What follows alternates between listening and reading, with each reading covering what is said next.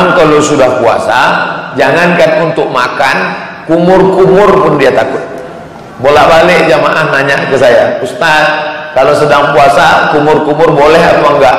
Kumur-kumur boleh, tapi katanya haram Ustaz kumur-kumur, nanti puasanya batal. Hulu itu bukan cuma sikap ekstrim beragama, ekstrim dalam berkumur-kumur itu yang tak boleh. Kalau sekedar kumur, yang hulu itu kan andai ini pakai kaca, sudah kelihatan airnya hampir masuk ke dalam. Hulu ekstrim.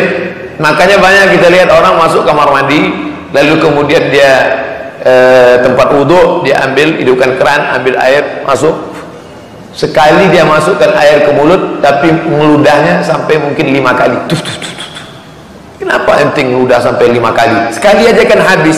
Saya takut air itu masuk membatalkan puasa saya. Gosok gigi, berapa banyak orang yang bertanya, apakah boleh gosok gigi saat bulan Ramadan Ustaz? Boleh. Hanya saja sebagian ulama mengatakan setelah tergelincir matahari makruh.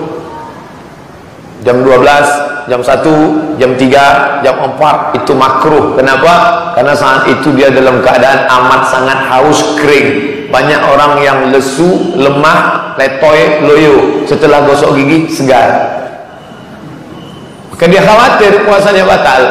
Maka puasa membuat kita menjadi takut kepada Allah Subhanahu wa taala. Semua ibadah itu mengajarkan takut. Salat, Allahu Akbar, takut. Mana ada orang salat matanya jelalatan. Cantik juga masjidnya. Hebat. Baru kali ini lihat mimbarnya begini, pakai batu-batu. Gak ada. Orang sholat disuruh melihat tempat sujud. Takut kepada Allah SWT. Gatal, benar-benar gatal. Paling berani dia menggaruk 1 kali. Gatal juga nih, gatal juga, berhenti cari kalpana. Kena penyakit kurap, penyakit kulit. Oleh sebab itu sholat membuat orang merasa takut. Hanya saja limit waktunya sedikit, dari mulai takbiratul ihram sampai salam. Karena sholat adalah aqwalun, ucapan, wa af'alun, perbuatan. Mufattatahatun bitakbir, dibuka dengan takbir, wa mukhtatamatun bitaslim, ditutup dengan salam. Lalu kemudian puasa mendidik generasi ini untuk takut, yang frekuensi waktunya lebih panjang. Berapa? 13,5 jam. Dari mulai jam 5 azan subuh atau setengah 5 sampai buka puasa, terserah di mana. Di Sumatera jam 5 sampai 6.30, 13,5 jam.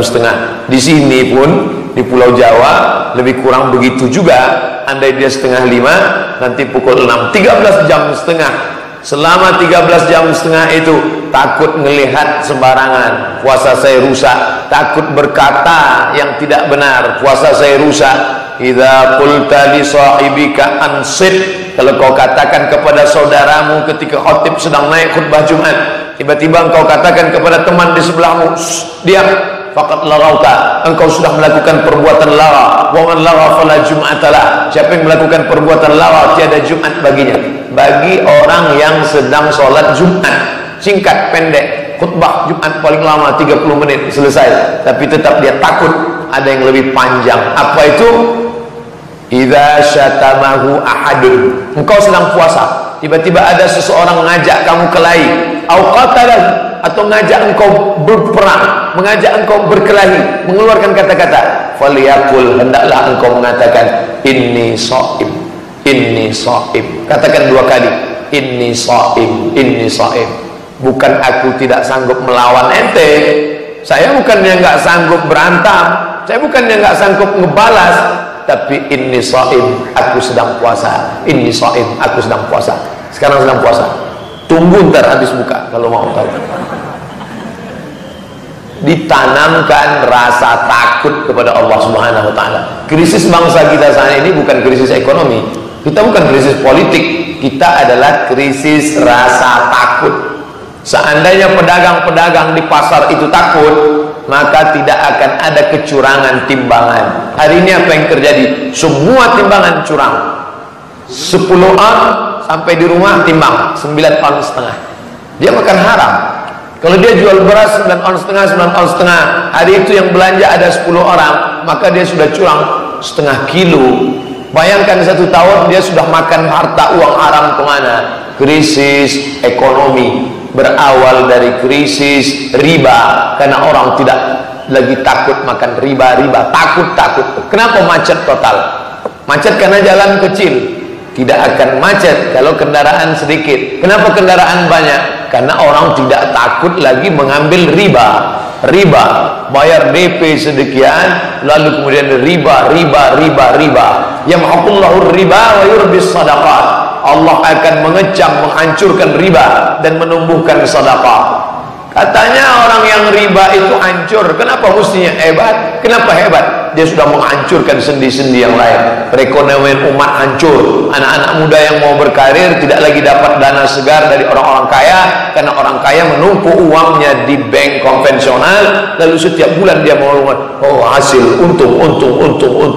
Tidak lagi ada mudharabah, tidak lagi permodalan, tidak lagi bagi hasil. Gara-gara apa? Orang tidak ada rasa takut. Rasa takut dalam hati orang hilang. Istri tidak lagi takut pada suami tidak lagi takut kepada Allah karena tidak menunaikan hak istri. 5 kewajiban dia hilang: makan, pakaian, tempat tinggal, pendidikan, perhatian. Anak-anak tidak lagi ada takut kepada Allah, sampai meletakkan orang tua di panti jompo, sampai membiarkan orang tua tidak makan, tidak minum.